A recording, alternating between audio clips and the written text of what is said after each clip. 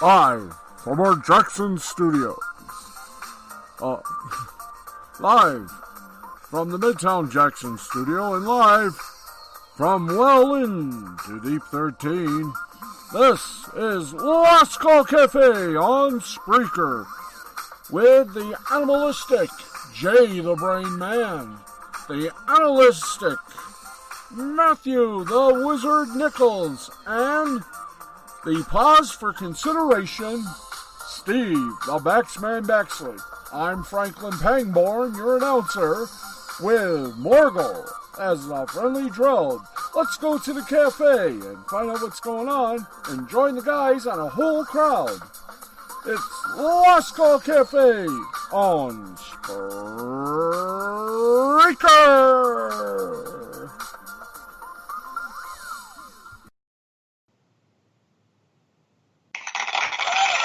Okay.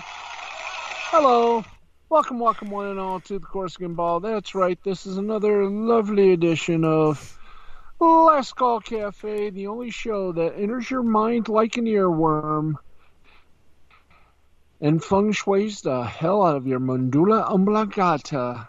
I am one of your hosts, Steve the Baxman Baxley. Let's intro the rest. He is, of course, Betty White's favorite chew toy, every woman's dream, and the host of Jay the Brain Man Presents Wrestle Anime Hut, starring Jay the Brain Man and Steve the Baxman Baxley. Ladies and gentlemen, the intergender champion of the world and America's favorite wrestling manager, the one and only Jay the Brain Man Willis. What is it? I'm trying to figure out how to have a microphone set on top of a flash drive.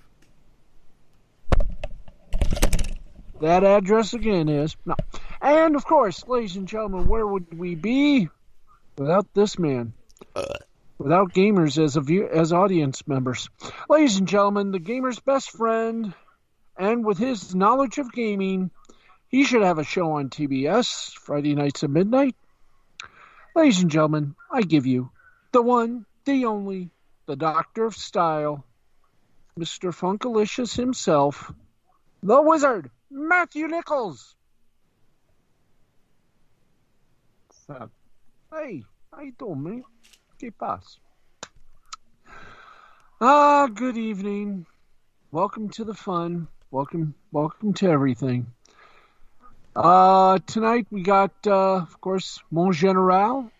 We got the Belch. We've also got a few other things, too. Next week, we got some Native American comics going to entertain you and enthrall you and just make you go ape you know what.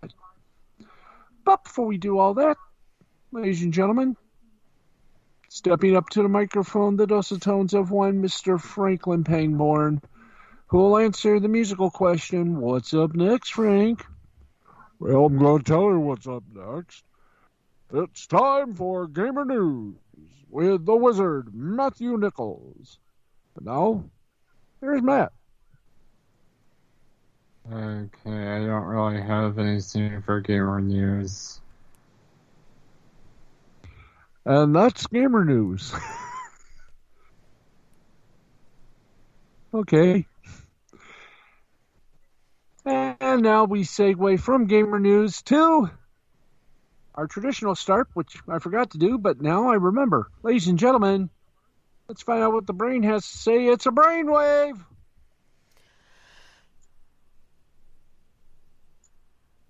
Nothing. And that's your brainwave for the week.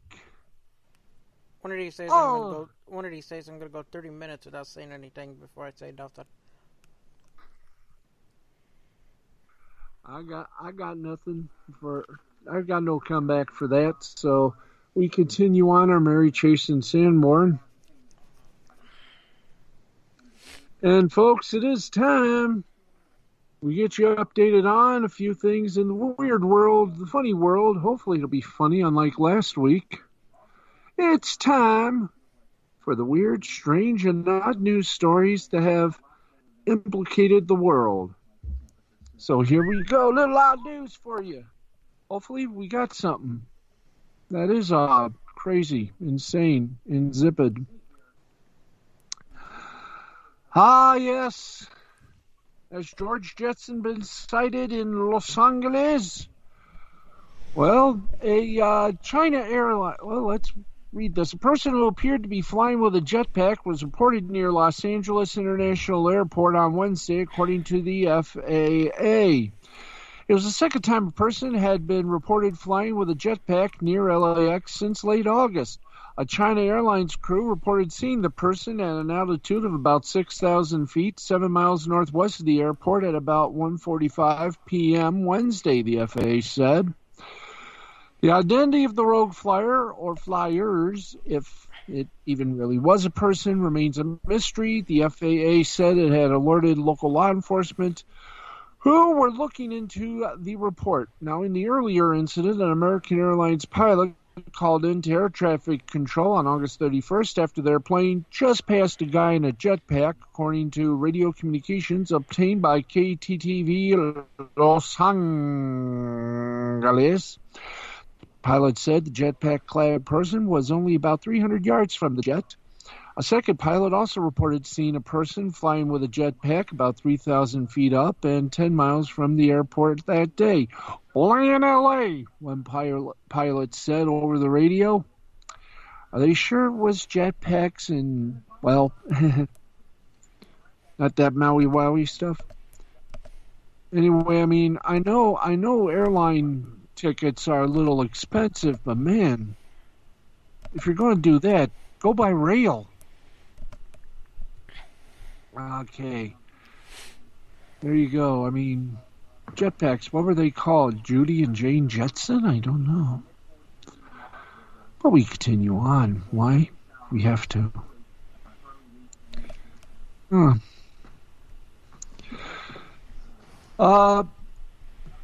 little bit more of odd news. Cats make people crazy all the time, I should know. What with their constant tomfoolery and lasagna-demanding tendencies, but one anonymous cat owner admitted to looking utterly insane at his local pet store with no one to blame but himself. The cat owner, who shared his story on Reddit, claims he and his partner frequently visit a local pet store to buy food and toys for their own cats. During these trips, they also stop by the store's in-house adoption center to take a look at the kitties. Quote, another detail. My partner has a sister whose name we shortened to Cat, end quote. He explained. Quote, Cat has long volunteered for one of our local rescue agencies to foster cats, which are then brought to the various locations of the pet store chain in question. Oh, hi there. Let's get back up here. Come on, get back up here. Let's see. So, we stop by the adoption center to look at the kitties, and sometimes they look familiar. That's right, sometimes we see cats adoption center. On one of these visits, the pet owner and his partner were waiting in line at checkout when he noticed a few familiar-looking cats in the adoption center. I look at my partner and I ask very loudly, are these cats? I think these are cats. The man said his partner stared back with a concerned look on his face, as did many of the other shoppers waiting in the checkout line. Seriously, I think these ones are cats. The man allegedly continued to yell, pointing at a pair of very apparent cats. A moment later, he soon realizes how utterly insane he must look. Without the necessary context, it looked like a 30-something-year-old guy who wasn't entirely sure what cats looked like, and that I was excited to maybe able to identify them. The man claims he returned to the checkout line and silently wished for, someone to take him away. His misfortune, however, was met with pure joy by the Reddit community, who collectively upvoted the story more than 27,000 times. I'm laughing so hard at this. If I were one of those strangers, I would tell everyone I knew about this forever, one person wrote. This is hilarious, yet at the same time I have goosebumps imagining the secondhand embarrassment, someone else added. Only way this could have gone better is if you argued whether they were cats as cats, or cats as cats can. Another Reddit user added, now there's two crazies instead of one. Well, forever it's worth. The man who posted the story shared an update confirming the cats were indeed cats as cats, though he failed to mention whether he will be showing his face in that particular pet store ever again. Not to be catty.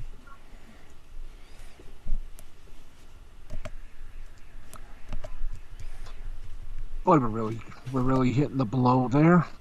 Apologies.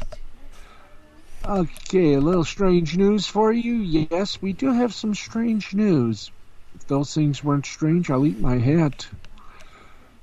Do we live in a simulation? Chances are about 50-50. Okay, let's find out about this one. Gauging whether or not we dwell...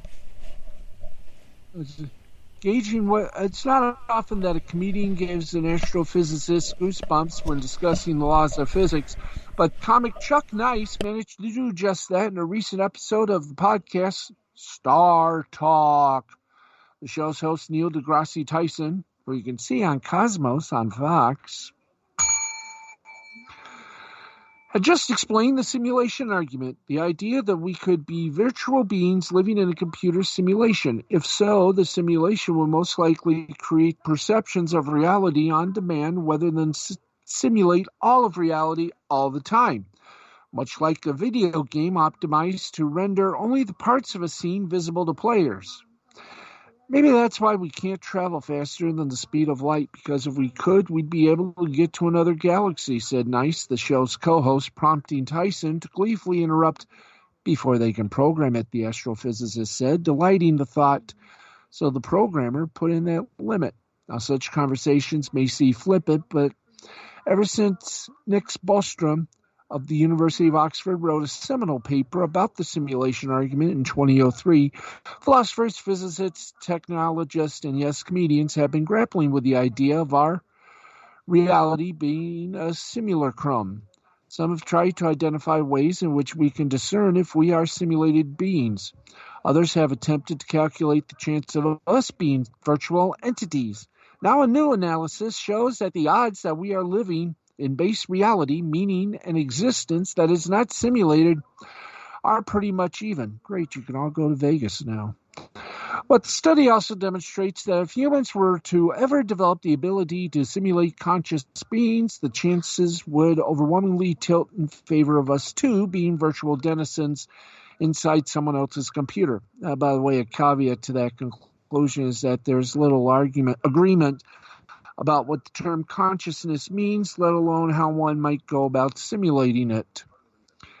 Now, do we live in a simulation? Maybe, maybe not. But before Bostrom, the movie The Matrix already did its part to populate the notion of simulated realities, and the idea has deep roots in Western and Eastern philosophical traditions, from Plato's cave allegory to Zhang Zhao's butterfly dream. Most recently, Elon Musk gave further fuel to the concept that our reality is a simulation. The odds that we are in base reality is 1 in billions, he said at a 2016 conference. Now, Musk is right if you assume propositions 1 and 2 of the trilemma are false, says astronomer Dave Kipling of Columbia University. How can you assume that? Simple. You don't read on, but if you want to read on, go to livescience.com. I mean, it's strange. We might live in a simulated world, and we're nothing more than beings in a big old video game. If that's the case, That's exactly how Monica felt when she found out that her world isn't real and it's just a video game in Doki Doki Literature Club.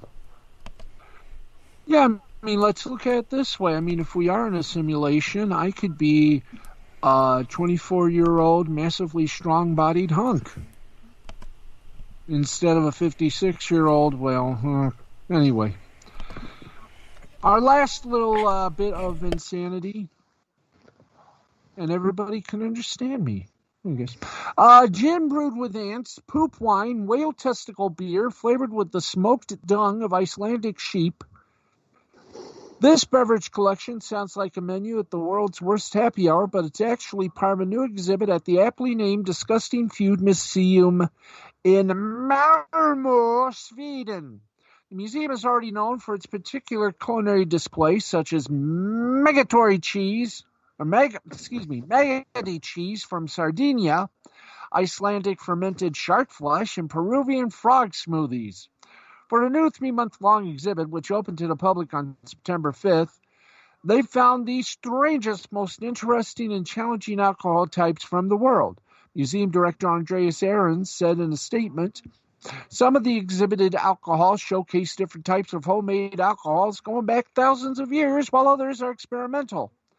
Would you like to know about some of them? Okay. One highlight is a Scottish beer that is the strongest beer in the world with a staggering 55% alcohol by volume, or ABV. Now, an average beer is usually about 4.5% ABV. But the high alcohol content isn't the weirdest aspect of this Scottish beer. The intoxicating brew is served inside a taxidermy squirrel. Would that mean you'd be drinking its nuts? Disgust has long been considered a universal human emotion, but while the emotion may be universal, opinions vary widely about what qualifies as disgusting, depending on customs, cultures, and personal taste. The museum website says what is delicious to one person can be revolting to another. The Disgusting Food Museum invites visitors to explore the world of food and challenge their notions of what is and what isn't edible, according to the website. Alcohol in the museum exhibit had to be considered drinkable somewhere in the world, even if some would be put off by an offensive taste, odor, or the background of how it's made. Ahrens told Live Science, for example, a rice wine called Titangzul, once used as a medicinal remedy in South Korea, is brewed with fermented human feces. Ahrens said, quote, the thought alone is enough to get most people to gag. Unsurprisingly, this so-called poop wine smells horribly bad during production. Whale testicle beer, a seasonal product produced by brewery Storji in Iceland, incorporates testicles, quote, that are cured according to an old Icelandic tradition, lightly salted and then smoked. Brewery co-owner Dagjar Aruli site Vizier in 2015. We put a lot of effort into this, and it's a long process. And anti-gin, each bottle steeped with about 62 redwood ants, Formica rufa, is the world's first gin brewed with insects, according to manufacturer Cambridge Distillery. The ants lend sharp citrus notes to the beverage, the product's website says. It's probably just as well that visitors can only look at the exhibit's alcoholic beverages and not taste them. However, Ahrens did sample as many as possible. While researching the drinks, he tasted almost all of the rest by the time the exhibit opened, Ahrens told Live Science. In fact, 4 of the alcoholic beverages on display were manufactured by the museum. Korean feces wine, Chika, an ancient beer made from corn that is chewed into paste before fermenting. Pruno, a prison wine made from fruit and brewed in a toilet. Forget Mogan David, just go for Pruno. And a potent Ugandan moonshine that British colonizers dub war gin.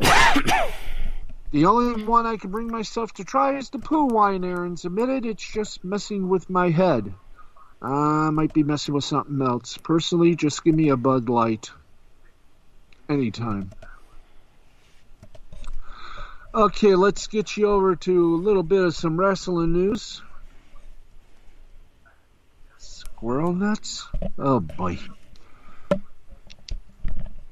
And we're off, ladies and gentlemen.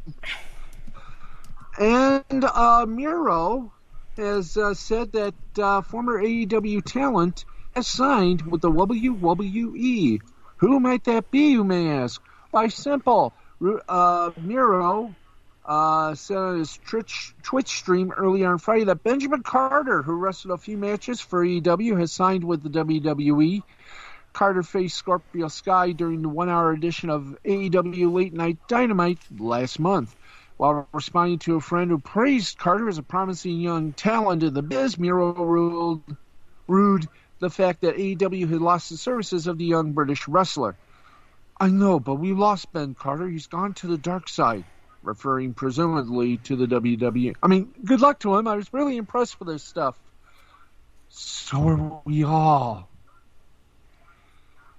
Oh, what else is there, kiddos? Let's get another little bit of wrestling news before we bring out Le General. Let's see. Yeah, why not? Let's do this. Big E is reportedly set for a Big P, as in push, by the WWE. Last week's episode of Friday Night SmackDown, WWE broke up the New Day as part of the WWE draft by sending Kofi Kingston and Xavier Woods to Monday Night Raw, keeping Big E on the blue brand. According to Dave Meltzer of the Wrestling Observer newsletter, which means take it with a grain of saltation, the idea behind the decision was to get Big E out of the comedic mode and make him a more serious competitor and give him singles push in the process. Meltzer noted that the talk of pushing Big E as a single star had started several weeks leading up to the WWE draft. The Observer also noted while Big E, Daniel Bryan, and Jey Uso are expected to be the main single baby faces on SmackDown going forward, Roman Reigns, Seth Rollins, Lars Sullivan, and Baron Corbin will be the biggest heels. The report also said that Otis and Kevin Owens will be pushed as single babyface acts. Translation, they ain't going to get too much of a move. And on Monday Night Raw, kids, former WWE ring announcer Lillian Garcia is teasing a big announcement. She took to Twitter today and said she'll be making a big announcement on Friday. She wrote, "So excited for big announcement coming Monday." Well, there's no word yet if this announcement is related to any kind of WWE project, but it's interesting to note that she has also been announced for an appearance on WWE's The Bump next Wednesday morning. As you know, she left WWE in August 2016, but has made several special appearances on TV since then. She currently hosts her Chasing Glory podcast on Podcast One. So, what will it be? Maybe she'll be going to AEW. Ha! Anyway, one more thing and then we'll do some entertainment news. We got the 8-man single elimination tournament beginning this Wednesday on Dynamite. The first match would take place Wednesday, October 21st. F4W Online has confirmed that actually all 4 matches will happen on the show, and they are as follows. Penta L0M versus Ray Fennick. Kenny Omega versus Joey Janela. Colt Cabana versus Hangman Page. Wardlow versus Jungle Boy. The finals of the tournament happened on November 7th at Full Gear, with the winner receiving a future shot at the AEW World Championship. And next week's lineup, you got Britt Baker, the AEW tournament opening round matches. Private Party versus John Silver and Alex Reynolds versus The Butcher and the Blade versus the Young Bucks. Winners face the AEW World Tag Team Champions FTR at Full Gear. MJF and Chris Jericho's Le Dernier Debonair segment. Ain't that going to be fun? Okay. That's it for your wrestling news for now. More on the Wrestle Anime Hut. But right now, he's here, ladies and gentlemen. You know him, you love him, you can only tolerate just a few moments of him. Ladies and gentlemen, the General and Timmy. Thank you. Thank you. Gracias. Grinko. Now, you know what, guys? I thought I had a belch this week. But, Timmy, do you remember the belch? No, sir, I don't. Oh, well, why don't we just belch someone? Baxman, you haven't been belched before. Ready, aim, fire. Thank you. Thank you very much. That's it. We're back next week with the actual belch, intact. Or intactors. Who knows? Baxman, back to you. Okay, thanks very much. Good to see you again. You don't want to know how we're doing? Jerry? How you boys doing? Wizard, how you doing? I'm doing alright. Brain, how you doing, sir? Good. Baxman? Who cares? Hey, I'm doing okay. Had a little rough patch today, but everything is back to abnormality. Well, that's good. See y'all next week. Okay, and guess what, folks? We're done next week. We'll bring in more people, and don't forget, we will have some Native American comedians as well. It's all self-explanatory, so guys, any final comments? Nope.